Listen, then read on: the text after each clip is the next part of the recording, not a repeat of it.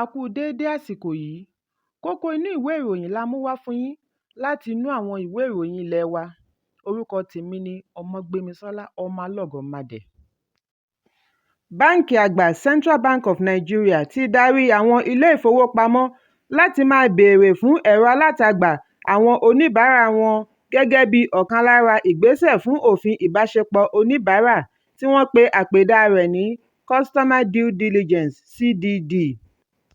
Nínú àtẹ̀yíká tí wọ́n fi ránṣẹ́ lópin ọ̀sẹ̀ tí adarí ẹ̀ka òfin CBN Chibuzo Efeobi bu ọwọ́ lù ni ìtọ́ni náà ti wá. Wọ́n ní òfin náà kò ní fi àyè gba oníbàárà tí kò ní orúkọ tí a mọ̀ sí anonymous account. Ẹ̀kúnrẹ́rẹ́ ìròyìn yìí wà nínú ìwé ìròyìn Vanguard tó jáde lónìí. Ó ṣeé ṣe kí owó tí wọ́n fi ń kó ọkọ̀ àti àwọn ohun èlò mìíràn láti ilẹ̀ òkèèrè lọ sókè sí i pẹ̀lú ìdá 20 nínú ọgọ́rùn-ún 20% increment látàrí bí pàṣípààrọ̀ owó ṣe lọ sókè pẹ̀lú ìdá 40 nínú ọgọ́rùn-ún 40% increment. Àwọn amòye ṣe ìkìlọ̀ wípé ìgbésẹ̀ yìí yóò túbọ̀ mú ìṣẹ́ bá ará ìlú nítorí ọ̀pọ̀lọpọ̀ ohun èlò ni ó ń wá láti òkè òkun. Ọjọ́ Ẹtì tí ó kọjá ní iléeṣẹ́ aṣọ́bodè Nigeria Customs Service (NCS) ṣe àlékún owó orí ọkọ̀ àti àwọn ohun èlò mìíràn pẹ̀lú ìdá 40 nínú ọgọ́rùn-ún 40% increment. Lẹ́sẹ̀kẹsẹ̀ ni ìgbésẹ̀ yìí ti wá sí ìmúṣẹ.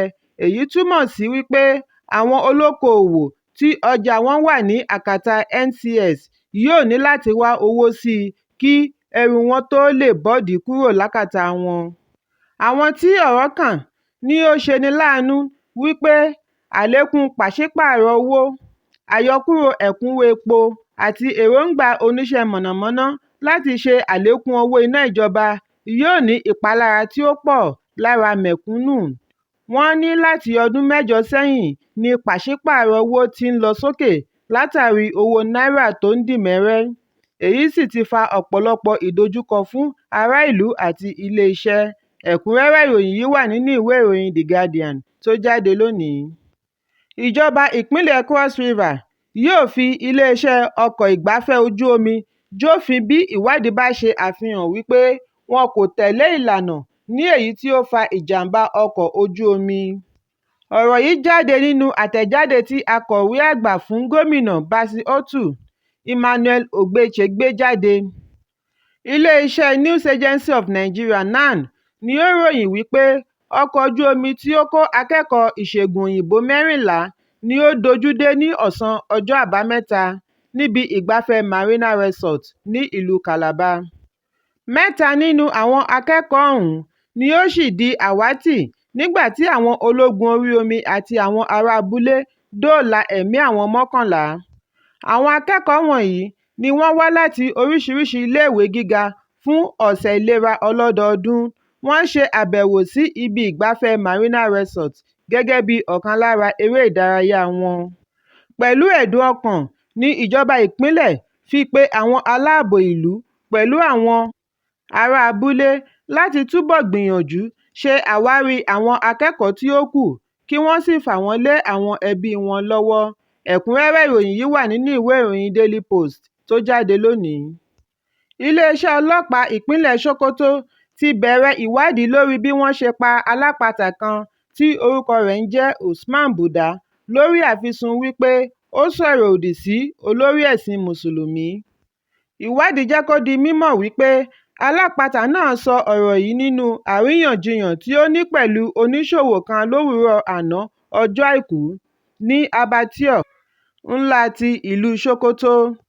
Ọ̀rọ̀ yìí fa ìbínú yọ tí ó mú kí àwọn èrò bò ó tí wọ́n sì lù ú títí ó fi kú ẹ̀mí kan lára rẹ̀.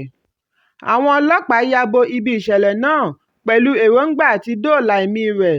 Wọ́n gbé e dìgbàdìgbà lọ sí ilé ìwòsàn ẹ̀kọ́ṣẹ́mọṣẹ́ ti Usmanu Danfodio ní ìpínlẹ̀ Sokoto.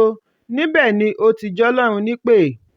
Nígbà tí ó ń fèsì, agbẹnusọ fún iléeṣẹ́ ọlọ́pàá ìpínlẹ̀ náà, Ahmad Rufai, sọ wípé àwọn ń gbìyànjú láti ṣe àwárí àwọn tí wọ́n ṣekú pa Usman Buda. Ẹ̀kúnrẹ́rẹ́ ìròyìn yìí wà nínú ìwé ìròyìn Punch tó jáde lónìí. Obìnrin mẹ́ta ọkùnrin kan ni a gbọ́ wípé wọ́n ṣe kòńgẹ́ ìjàmbá ìdúgbàmù afẹ́fẹ́ gáàsì ní agbègbè Agége ìpínlẹ̀ Èkó. Ìwádìí sọ ọ́ di mímọ̀ wípé ìṣẹ̀lẹ̀ yìí wáyé ní òwúrọ̀ kùtù òní ọjọ́ Ajé ní ìtòsí ilé ìjọsìn Apostolic ìlú Agége. Wọ́n ní ìdúgbàmù náà wá láti ṣọ́ọ̀bù afẹ́fẹ́ gáàsì níbi tí ọ̀kan lára àwọn sìlíńdà gáàsì náà ti jò. Àjọ alámòójútó ìṣẹ̀lẹ̀ pàjáwìrì LASEMA sọ wípé àwọn ará àdúgbò tètè kápá iná náà kí ó tó ràn mọ́ ilé àti àwọn ṣọ́ọ̀bù tí ó wà ní agbègbè rẹ̀. Akọ̀wé àgbà fún LASEMA, Dókítà Fẹ́mi Ọ̀kẹ́-Ọ̀sányìntólú fìdí ọ̀rọ̀ yìí múlẹ̀. Ó ní bí ó tilẹ̀ jẹ́ wípé ẹnikẹ́ni kò ṣòfò ẹ̀mí, àwọn 4 kan ní ìpalára iná tí ó pọ̀, wọ́n sì ti gbé wọn lọ sí ilé ìwòsàn fún ìtọ́jú. Bákan náà ni àjọ LASEMA àti iléeṣẹ́ panápaná ìpínlẹ̀ Èkó ti kápá iná náà pátápátá. Ẹ̀kúnrẹ́rẹ́ ìròyìn yìí wà nínú ìwé ìròyìn The Nation tó jáde lónìí.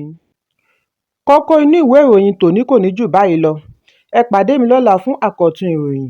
Kí a tó lọ, ẹ má ṣaláì fi àríwísí yín ránṣẹ́, ìyẹn comment, kí ẹ sì bá wa subscribe sí ojúnà wa lórí YouTube kí kókó inú ìwé ìròyìn lè máa tẹ̀ yín lọ́wọ́ ní kíákíá.